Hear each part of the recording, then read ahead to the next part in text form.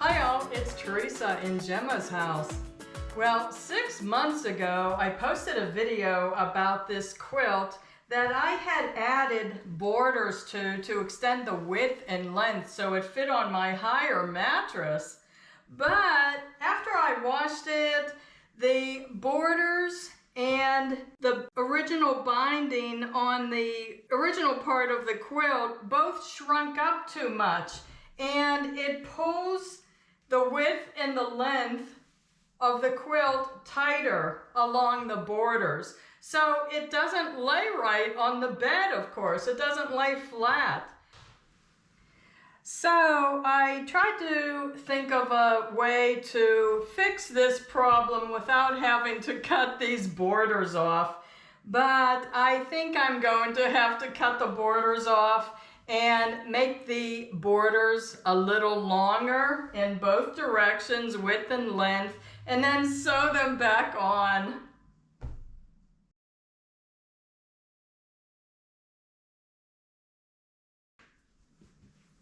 Okay, so this is the one side of the border that I had sewn on, and the seam of that is right here. So I'm going to start cutting from here, and then I'll cut this border off. Well, here goes.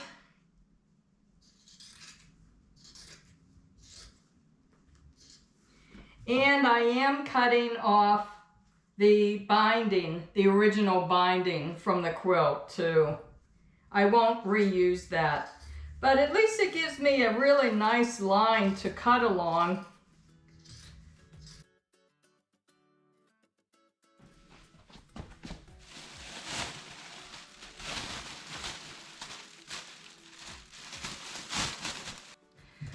Okay, so on the two longer border sides, I have a finished edge on both ends of these lengths of border. So that was a bonus.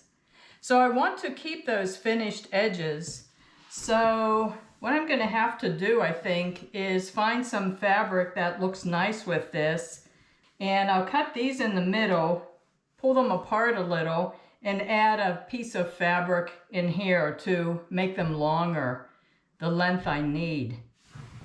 On the shorter ones, on both ends, they are unfinished edges. And like I usually do with my projects, I will just be making this up as I go, depending on what circumstances I come across. It usually works out. Okay, so I put the quilt back on my bed to check, and it's about 5 inches from the bottom of the quilt now after I cut the border off to the bottom of my mattress. So the border after I cut it off is 5.5 inches, so that's going to be too close. I'm going to have to figure out something else. So I might have to add a strip of fabric along the bottom before I sew the borders back on. I'm going to have to see what fabric I have in my stash to be able to do that.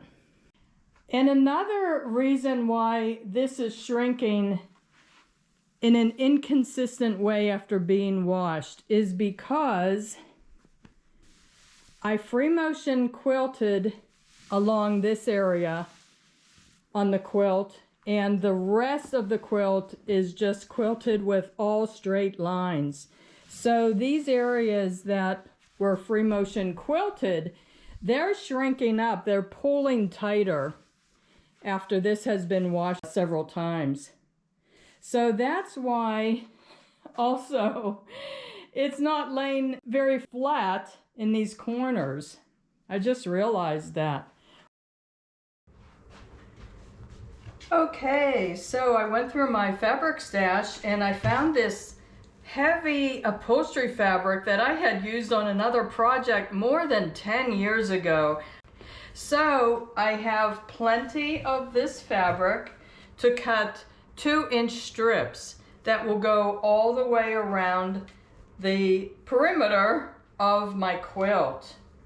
And I'm not going to use batting in that strip. I'm just going to back it with this muslin fabric.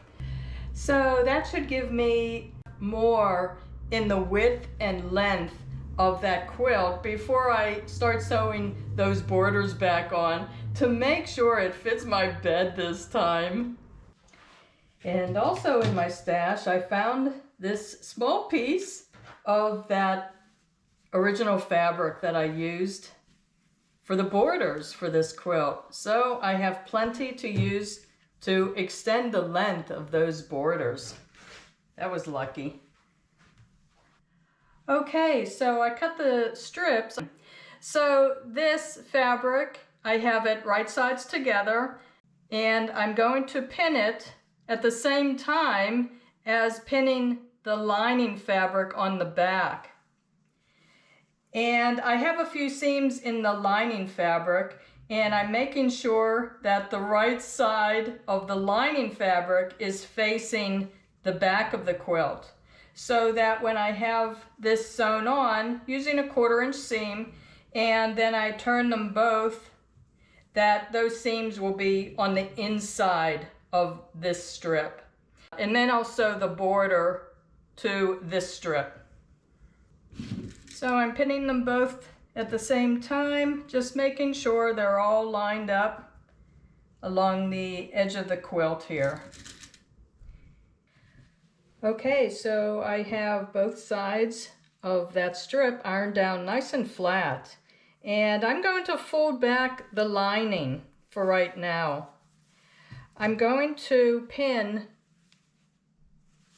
the final border onto just the front of this strip, because then when I have it sewn on and I turn it like this, then I'll have this lining to be able to turn under the raw edge and top stitch it on top of the seam.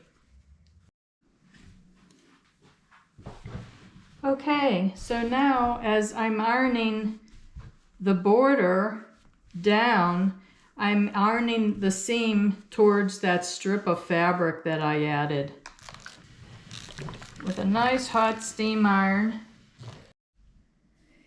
And for the lining of that strip, I turned under the raw edge and am pinning it.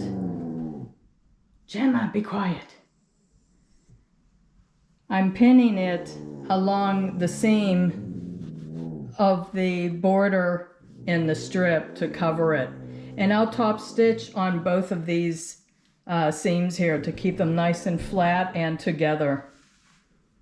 I'll have white in the top thread and black in the bobbin so that it disappears on the other side of the quilt. Okay, so as I'm pinning the strip of fabric on the long side of the quilt now, I am extending the length of these strips by about 1 inch, because I'll need to turn those in to create a finished edge on this strip. This is a finished edge here, and do remember 2 of those border pieces had finished edges on both sides. So I'll have a finished edge on the border when I finally sew it onto this strip of fabric. Okay, so I wanted to show you this. I came up a little short on this piece of lining as I was sewing that strip on, but I'm just going to fix it.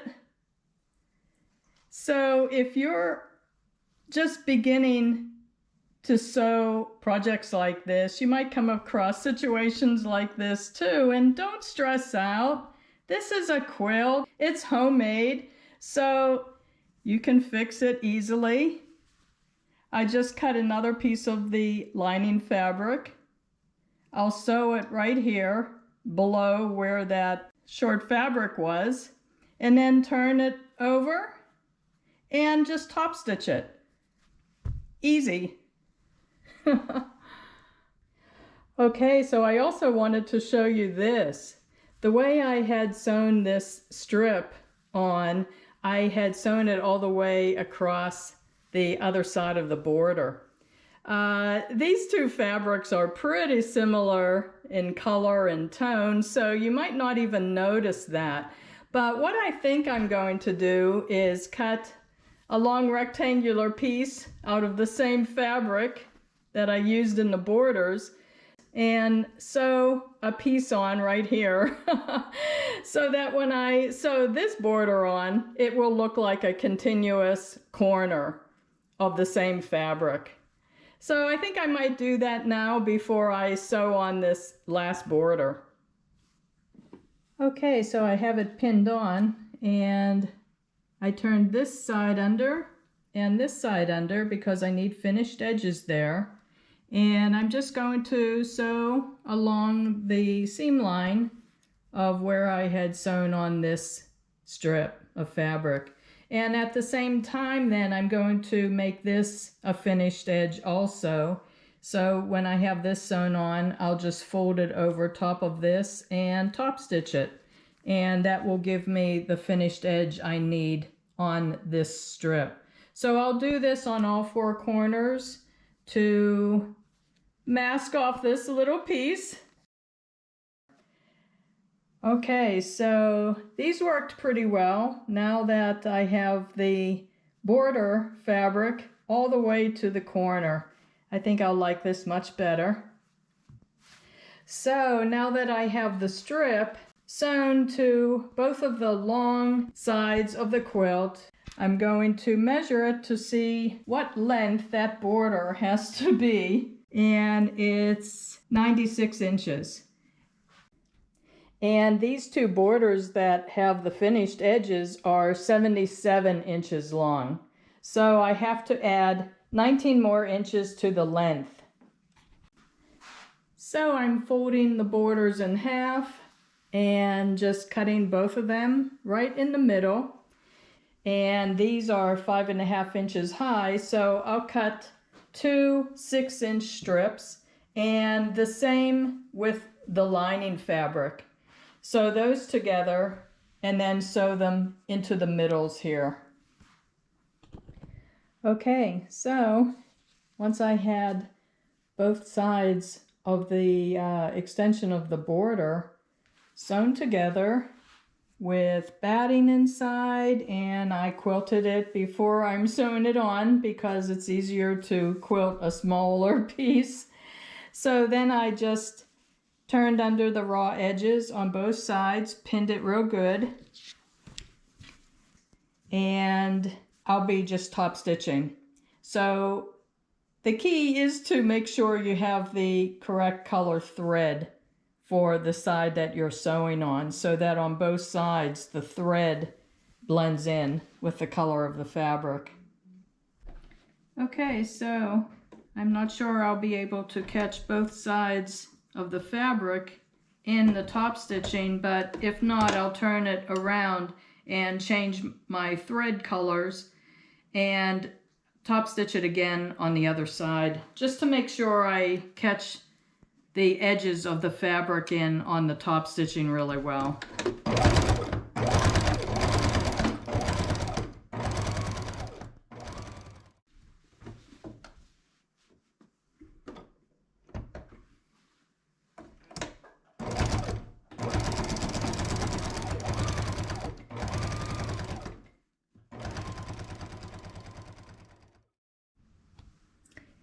And here's the back of one of them, and the front, which of course you can't tell at all from the front where those new seams are. Okay, so I'm at the very last step of pinning the last two borders on.